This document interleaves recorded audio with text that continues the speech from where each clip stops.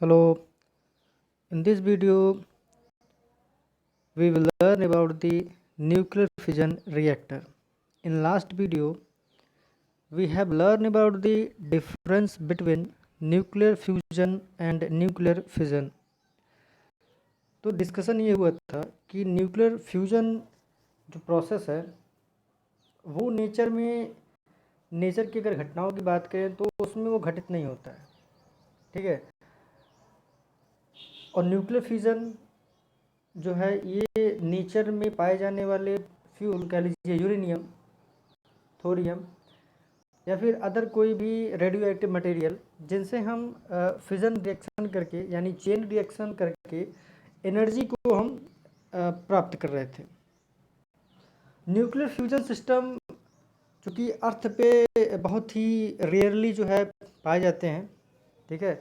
हाँ, अगर solar system की बात करें तो सोलर यानी जो सन है, ठीक है, या उससे और भी जो सोलर सिस्टम या स्टार्स हैं आपके, तो वो सब उन सब में जो है आपका न्यूक्लियर फ्यूजन रिएक्शन जो है होता है, ठीक है।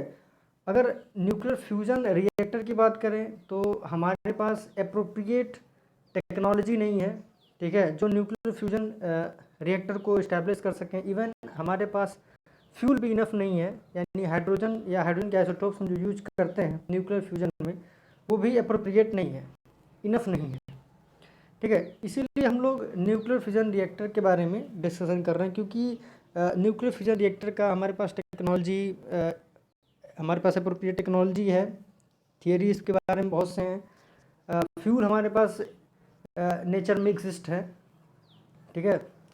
तो इसके बारे में हम डिटेल डिस्कशन करेंगे, ठीक है।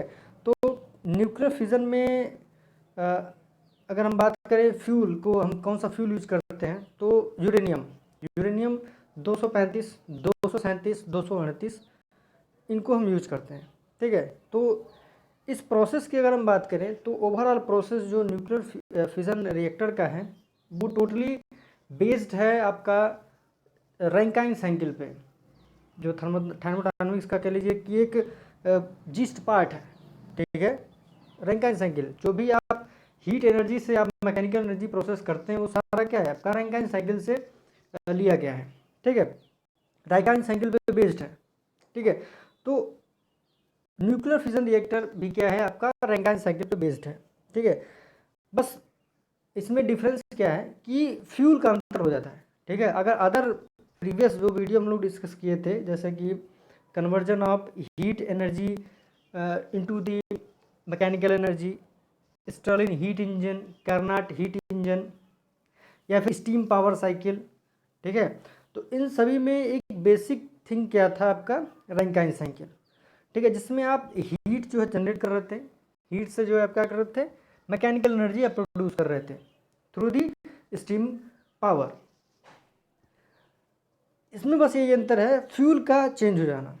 जैसे अदर प्रोसेस में हम लोग कोल यूज कर रहे थे, ठीक है, या फिर कोई भी और बर्निंग मटेरियल या केमिकल रिएक्शन करके जो है हम हीट एनर्जी को जनरेट कर रहे थे, जिससे हम जो है उसको ट्रांसफॉर्म करके हीट से मैकेनिकल एनर्जी में कन्वर्ट करके फिर मैकेनिकल से इलेक्ट्रिकल एनर्जी या फिर आप किसी वर्क में आप कन्वर्ट करते थे, ठीक है। तो इसमें भी सेम वही है।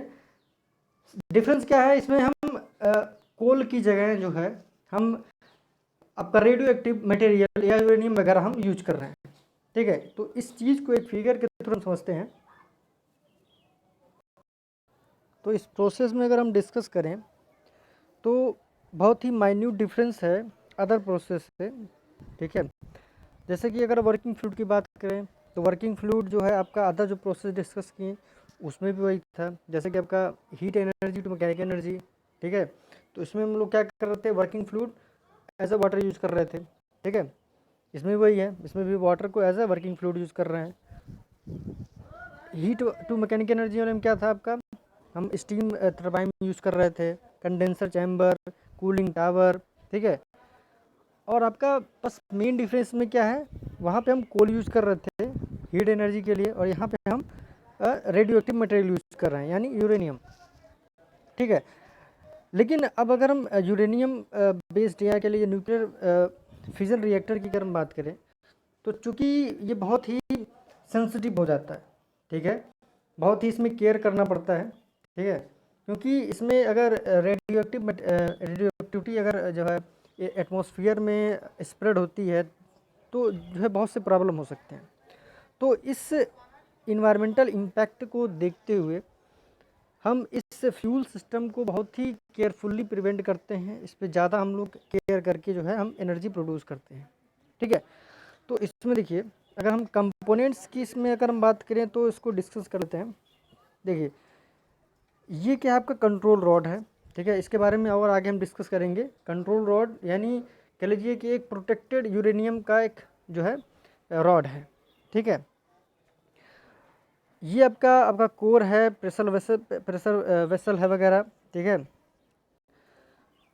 ठीक। ये देखिए, इसमें देखिए एक और सिस्टम है, इसमें जो वर्किंग फ्लूइड है, दो सिस्टम है, यहाँ पे भी एक वर्किंग फ्लूइड लगा हुआ है और यहाँ से इस सिस्टम में भी वर्किंग फ्लूइड जाता है, ठीक है। बाकी ओवरऑल प्रोसेस जो है सेम है, यानी ये आपका टरबाइन है, ये आपका जनरेटर है, ये कंडेंसर है, ये आपकी जो है कूलिंग टावर है, ठीक है। और ये देखिए आपको सोर्स के तौर पे यहाँ पे ये दिया गया है, ठीक है, कि आप जो है किसी भी लार्ज वाटर बॉडी से जो है आप वाटर को यूज करते हैं या विड्रॉ करते हैं फॉर द कूलिंग पर्पस, या फिर कह लीजिए लार्ज वाटर बॉडी मतलब लेक, ठीक है, लेक या रिजर्वायर आप जो है यूज कर रहे हैं, ठीक है। तो अगर हम इसमें और आगे डिस्कस करें तो जो आपका ये कंटेनमेंट स्ट्रक्चर दिख रहा है, इसमें जो आपको प्रेशर वेसल, ठीक है, या आपका कोर सिस्टम जो है अटैच है, तो कंटेनमेंट सिस्टम की अगर बात करें तो ये एक सिक्योरिटी पर्पस के लिए एक स्ट्रक्चर बनाते हैं, ठीक है। तो सिक्योरिटी पर्पस यानी ये स्ट्रक्चर जो है आपका कह लीजिए कि अल्ट्रा हाई स्ट्रेंथ कंक्रीट का होता है, ठीक है। समटाइम्स इसको हम स्टेनलेस स्टील का भी बनाते हैं हाई सिक्योरिटी पर्पस पे, ठीक है। तो अगर हम ओवरऑल बात करें, जैसे हमारी आपका प्रेशर वेसल है, ठीक है, कोर सिस्टम है, तो इन सब ये तो टोटली जो आपका स्टेनलेस स्टील का होगा, ठीक है। बाकी अदर जो मान लीजिए आपको जो कंटेनमेंट स्ट्रक्चर दिख रहा है, तो इसमें और भी कंटेनमेंट यानी कह लीजिए कंटेनमेंट स्ट्रक्चर को कई भागों में डिवाइड करके लगा सकते हैं, जैसे primary containment structure, secondary containment structure, tertiary containment structure भी आप बना सकते हैं, ये आपके ऊपर है, ठीक है। तो ज़्यादा स्ट्रक्चर ज़्यादा सेफ्टी, ठीक है। तो अभी खैर इस फिगर में एक ही कंटेनमेंट स्ट्रक्चर दिख रहा है, ठीक है। आइए और आगे डिस्कस करते हैं। देखिए, अगर हम बात करें कंटेनमेंट स्ट्रक्चर में, तो ये जो है अल्ट्रा हाई स्ट्रेंथ जो है कंक्रीट होता है, जो कह लीजिए कि M82 एबव, ठीक है, ऐसे कंक्रीट हम यूज़ करते हैं जो M80 के एबव होता है, ठीक है। अब ये देखिए कंट्रोल रॉड जो है आपका यूरेनियम, प्योरीफाइड यूरेनियम, देखिए आपका अभी हम न्यूक्लियर फ्यूल साइकिल में हम डिस्कस करेंगे कि कैसे हम फ्यूल को माइनिंग करते हैं, ठीक है। तो जो हमारे पास यूरेनियम हमको मिलता है, ठीक है, आफ्टर माइनिंग, वो क्या है, उसमें कह लीजिए कि आपकी स्टोन चिप्स मिल जाएंगे, ठीक है, आपको सैंड मिलेगा, क्ले मिल सकता है, ठीक है। तो उसमें बहुत से कंटामिनेटेड यानी इनर्ट मैटर जो है आपके उसमें अटैच रहते हैं, ठीक है। तो उसको हम क्या है फर्दर उसको हम और इनरिचमेंट करते हैं, उसको प्योरीफाइड करते हैं, ठीक है।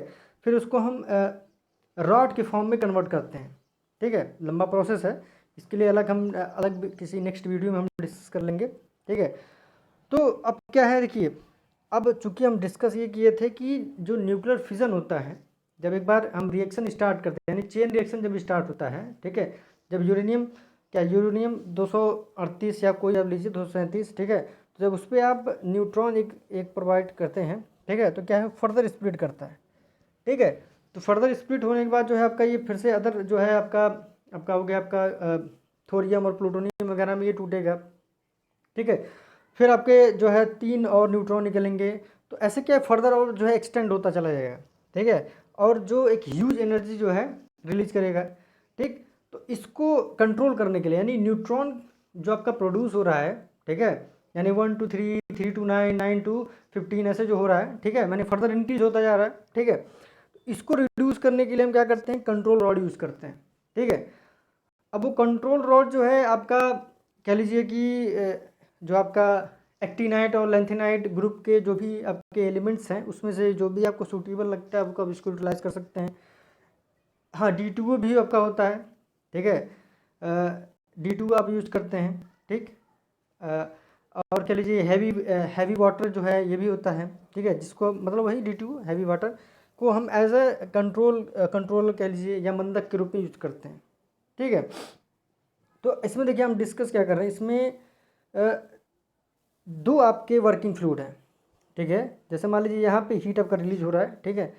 तो इस सिस्टम में देखिए, इस सिस्टम में जो आपका फ्लूइड है, ठीक है, इसमें भी रन करेगा और यहाँ से लेके ये स्टीम टरबाइन से होते हुए, कंडेंसर से होते हुए आपका यहाँ तक, ठीक है। तो इन सब में क्या है, आपका पूरा का पूरा क्या है, वर्किंग फ्लूइड है, दो प्रोसेस वर्किंग फ्लूइड हो रहा है, ठीक है। तो पहले वाले में बात करते हैं।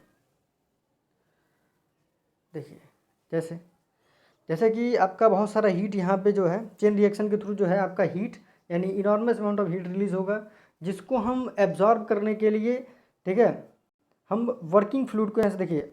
अब इस फिगर में बेसिकली समझिए कि जो आपका ब्लू पार्ट यानी ब्लू कलर से जो दिख रहा है वो कोल्ड वाटर है, ठीक है, कोल्ड या वार्म वाटर, ठीक है। और जो सिस्टम आपको रेड में दिख रहा है वो आपका है आपका हॉट वाटर, ठीक है, hot water in high pressure. और ब्लू वाला क्या है आपका कोल्ड वाटर लो प्रेशर, ठीक है। बेसिक समझिए, यहाँ पे आपका इनॉर्मस अमाउंट में हीट आ रहा है। इनॉर्मस कहने का मतलब क्या है, इस सिस्टम में जो है ह्यूज क्वांटिटी में, देखिए जैसे ओवरऑल और सब सिस्टम बात करें कि हर एक सिस्टम में हमको क्या है, एक इंट्रॉपी मेंटेन करना है, टेम्परेचर क्या कांस्टेंट इंट्रॉपी। तो इस सिस्टम में हमको इंट्रॉपी मेंटेन करना है, ठीक है, इंट्रॉपी को बढ़ने नहीं देना है, ठीक है, ना घटना है ना बढ़ने देना है, ठीक है, नहीं तो आपका जो मेन पर्पज है वो अचीव नहीं कर पाएंगे, ठीक है। तो हीट यहाँ पे रिलीज होगा, उसको यानी जो हीट रिलीज हो रहा है उसको एब्जॉर्ब करने के लिए क्या करेंगे, यहाँ से हम वाटर को फ्लो कराएंगे, ठीक है। वाटर कंटिन्यूसली यहाँ से यानी कोल्ड वाटर जाएगा, ठीक है, हीट एनर्जी एब्जॉर्ब करेगा, फिर से सिस्टम में आएगा। फिर यहाँ पे देखिए, यहाँ पे फिर एक फ्लूइड जो है यहाँ पे है वही वर्किंग फ्लूइड, यहाँ पे वहाँ के हीट एनर्जी को एब्जॉर्ब करेगा और हाई प्रेशर और हॉट वेपर में कन्वर्ट हो जाएगा, ठीक है। जो फर्दर कहाँ वो ट्रांसफ़र होगा आपका टरबाइन के पास। अब टरबाइन में क्या है, टरबाइन में जब वो क्या है, टरबाइन जो आपका सेक्शन है वो एज एक एक्सपेंशन चैम्बर भी ये एक्ट करता है, ठीक है। अब चूँकि जो आपका स्टीम है, ठीक है, जो हॉट वेपर है, ठीक है, उसमें बहुत सारा प्रेशर, हाई प्रेशर है, ठीक है। तो यहाँ पे क्या प्रेशर अपना रिलीज करेगा, ब्लेड से टकराएगा, ब्लेड आपका मैकेनिकल एनर्जी आपका जो है यहाँ से प्रोड्यूस होना स्टार्ट हो जाएगा, यहाँ पे मैकेनिकल एनर्जी बनेगा, ठीक। अब उस मैकेनिकल एनर्जी को क्या है, आप जो है इलेक्ट्रिकल एनर्जी में कन्वर्ट कर लीजिए, ठीक है, फिर उसको आप सप्लाई कर दीजिए, ठीक है। यहाँ पे देखिए सिस्टम बना हुआ है। उसके बाद क्या है, जब ये स्टीम, ठीक है, जब स्टीम हॉट स्टीम या हॉट वेपर से, ठीक है, एक्सपेंड होके अपना एनर्जी जब लूज़ कर देगा, ठीक है, तो किस में वो कन्वर्ट होगा, तभी वो हॉट में ही रहेगा, ठीक है। फिर उसको कूल डाउन करने के लिए देखिए यहाँ से क्या करते हैं हम, इस सिस्टम से, ठीक है, ये सोर्स से लार्ज वाटर बॉडी है जहाँ से हम वाटर को पंप करते हैं, ठीक है, और पंप करते हैं क्या करने के लिए, ताकि उसमें जो आपका हीट एनर्जी बचा कुचा जो भी रेस्ट एनर्जी है उसको क्या करें हम, उसको एब्जॉर्ब करके, ठीक है, कूलिंग टावर तक ले जाएं, ठीक है। देखिए कूलिंग टावर है यहाँ पे क्या है, और ये भी एक अनदर कूलिंग टावर है, ठीक है। जिससे क्या होगा, जो उसमें भी आपका जो भी बचा कुचा एनर्जी है, रेस्ट एनर्जी है, उसको कूल डाउन करके फिर से इसी लार्ज वाटर बॉडी में हम फ्लो करा देंगे, ठीक है। तो कंटिन्यूस क्या है, हम वाटर विड्रॉ करते हैं, ठीक है, और वर्किंग फ्लूइड में भी हम इसको प्रोवाइड करते हैं, ठीक है। अब चूँकि देखिए ये बहुत ही कॉस्टली स्ट्रक्चर है, ठीक है। तो अगर आप इसमें इतना अगर आप जो है एक्सपेंस कर रहे हैं, इतना खर्चा आप दे रहे हैं, तो इसमें इसके सेफ्टी के लिए भी बहुत से प्रोसेस इसमें होंगे, जाहिर सी बात है, ठीक है। जैसे सेफ्टी के अगर पहले अगर बात करें तो सेफ्टी के फॉर्म में देखिए, चूँकि हम बात कर रहे हैं न्यूक्लियर फिजन, तो न्यूक्लियर फिजन में क्या अनकंट्रोल्ड जो है आपका चेन रिएक्शन चलता है, बहुत ही हाई अमाउंट में क्या है हीट एनर्जी रिलीज होगा। अगर इसको कंट्रोल नहीं करेंगे, ठीक है, तो एटमॉस्फेयर में, ठीक है, रेडिएशन फैलने का खतरा है, ठीक है। अनकंट्रोल अगर रेडिएशन हुआ तो ओवरऑल प्लांट क्या आपका ये बर्स्ट कर जाएगा, ठीक है, बर्स्ट कर जाएगा, जिससे रेडिएशन फैल जाएगी, ठीक है। तो इसके सेफ्टी के लिए क्या करते हैं हम लोग, पहले तो कंट्रोल रॉड, मेन अहम रोल इसका होता है, कंट्रोल रॉड या न्यूट्रॉन को हमको कंट्रोल करना है। उसके बाद क्या है कि उसको और जो है सेफ्टी के लिए यहाँ पे हम क्या स्टेनलेस स्टील का ओवरऑल जो है हम पूरा इसमें स्ट्रक्चर देते हैं, उसके बाद जो है आप कंटेनमेंट स्ट्रक्चर प्रोवाइड कराते हैं, ठीक है, यानी प्राइमरी सेकेंडरी, ठीक है, अल्ट्रा हाई स्ट्रेंथ कंक्रीट का हम पूरा का पूरा स्ट्रक्चर बनाते हैं, ठीक है। नीचे जो है हम कोर बैचिंग करते हैं, आगे हम जो सेफ्टी वाले में हम जो है डिस्कस करेंगे आगे नेक्स्ट वीडियो में, ठीक है, जो बहुत ही हाई थिकनेस का जो है और हाई स्ट्रेंथ का कंक्रीट यहाँ पे हम बैचिंग करते हैं, ठीक है, फाउंडेशन बनाते हैं, ताकि अगर आपका पूरा प्लांट मेल्ट डाउन भी कर जाए, ठीक है, तो आपका पूरा पूरा कंटेमिनेंट आपका स्ट्रक्चर है वो पूरा का पूरा जो है उसको प्रिवेंट कर ले, ठीक है, रेडिएशन को बाहर ना जाने दे, ठीक। तो ये आपका बेसिक प्रोसेस था इसमें ओवरऑल, ठीक है, जिसमें देखिए इसमें देखिए क्या है, इसमें भी क्या आपका वर्किंग फ्लूइड है, ठीक है, और इस प्रोसेस में भी आपका वर्किंग फ्लूइड फ्लो कर रहा है, ठीक है। तो अगर ओवरऑल अगर बात करें जो प्रीवियस केसेस को और हम डिस्कस किए थे, ठीक है, उससे क्या है ये आपका 90% मैच कर रहा है। अंतर क्या है इसमें, फ्यूल का, ठीक है, फ्यूल क्या यूज कर रहे हैं, न्यूक्लियर फ्यूल आप यूज कर रहे हैं, यानी यूरेनियम वगैरह, ठीक है। तो अब देखिए न्यूक्लियर एनर्जी क्या है, एक अनकंट्रोल यानी चेन रिएक्शन पे आधारित है, ठीक है, जिसको हम कंट्रोल करने के लिए क्या है हम जो यहाँ पे जो है कंट्रोल रॉड यूज कर रहे हैं, ठीक है। तो अगर सेफ्टी पॉइंट ऑफ व्यू से बात करें, ठीक है, तो ये पूरा का पूरा स्ट्रक्चर क्या है, बहुत एक्सपेंसिव है। तो अगर हमारा कोई भी प्रोडक्ट एक्सपेंसिव है तो उसके क्या कहते हैं मेंटेनेंस के लिए कह लीजिए या उसके सेफ्टी के लिए हम बहुत से ऐसे छोटे छोटे अप्लाइंसेस को लगाएंगे, सेंसर लगाएंगे, कैमरा लगाएंगे, ऐसे ऐसे नोजल लगा देंगे, ठीक है, कि कुछ तो इसमें सेफ्टी के लिए हमको इतना तो हमको खर्चा करना पड़ जाएगा, ठीक है। तो इसमें देखिए बहुत से छोटे छोटे पॉइंट्स लगे हुए हैं जो आपको हम फर्दर किसी अदर वीडियो में हम डिस्कस करेंगे, ठीक है। इसमें बहुत से छोटे छोटे सेंसरशिप लगे हुए हैं, ठीक है, कंट्रोल सिस्टम लगे हुए हैं, ठीक है, जो इसमें इस फिगर में दिखाया नहीं गया है, ठीक है। तो आज के वीडियो में इतना जो है काफ़ी है, ठीक है। तो न्यूक्लियर ओवरऑल उसको कंक्लूड करें तो न्यूक्लियर फ्यूजन रिएक्टर में क्या है, न्यूक्लियर फ्यूजन रिएक्टर में हम क्या यूज कर रहे हैं, यूरेनियम 238, ठीक है, अब 237 भी यूज कर सकते हैं, ठीक है, क्योंकि ये सब क्या है यूरेनियम के ही आइसोटॉप्स हैं, ठीक है। तो उसी के अकॉर्डिंग क्या है हम इसको यूज कर रहे हैं, ठीक। और देखिए आपका ओवरऑल क्या है, अदर सिस्टम बात करें तो वर्किंग फ्लूइड सिस्टम एक ही था लेकिन इसमें दो है, ठीक है, दो रखना पड़ रहा है, क्योंकि देखिए आपको इस ओवरऑल सिस्टम को जैसे कि ये जो जहाँ पे आप यूरेनियम यूज कर रहे हैं, ठीक है, जो रेडियो एक्टिव मटेरियल है इसको हमको आइसोलेट करना है, ठीक है, ओवरऑल इसको टोटली आइसोलेट होना चाहिए। हल्का सा भी लीकेज या अगर कोई भी सुरक्षा या सेफ्टी में अगर कोई भी इसमें जो है कमी होता है तो रेडिएशन का खतरा हो सकता है, ठीक है। तो इस चीज़ यानी रेडिएशन से बचने के लिए हम इसको ओवरऑल जितना भी सेफ्टी हो सकता है इसको हम देने की कोशिश करते हैं, ठीक है। बाकी अदर प्रोसेस की बात करें, ठीक है, तो ओवरऑल ये आपका रैंकाइन साइकिल बेस्ड है, ठीक है। यहाँ पे भी आप क्या कर रहे हैं, हीट से मैकेनिकल एनर्जी बना रहे हैं, और अदर जो प्रीवियस वीडियो हम लोग डिस्कस किए थे जो भी प्रोसेस थे उन सभी में हम क्या कर रहे थे, हीट एनर्जी से मैकेनिकल एनर्जी बना रहे थे, ठीक है। तो ओके, थैंक यू।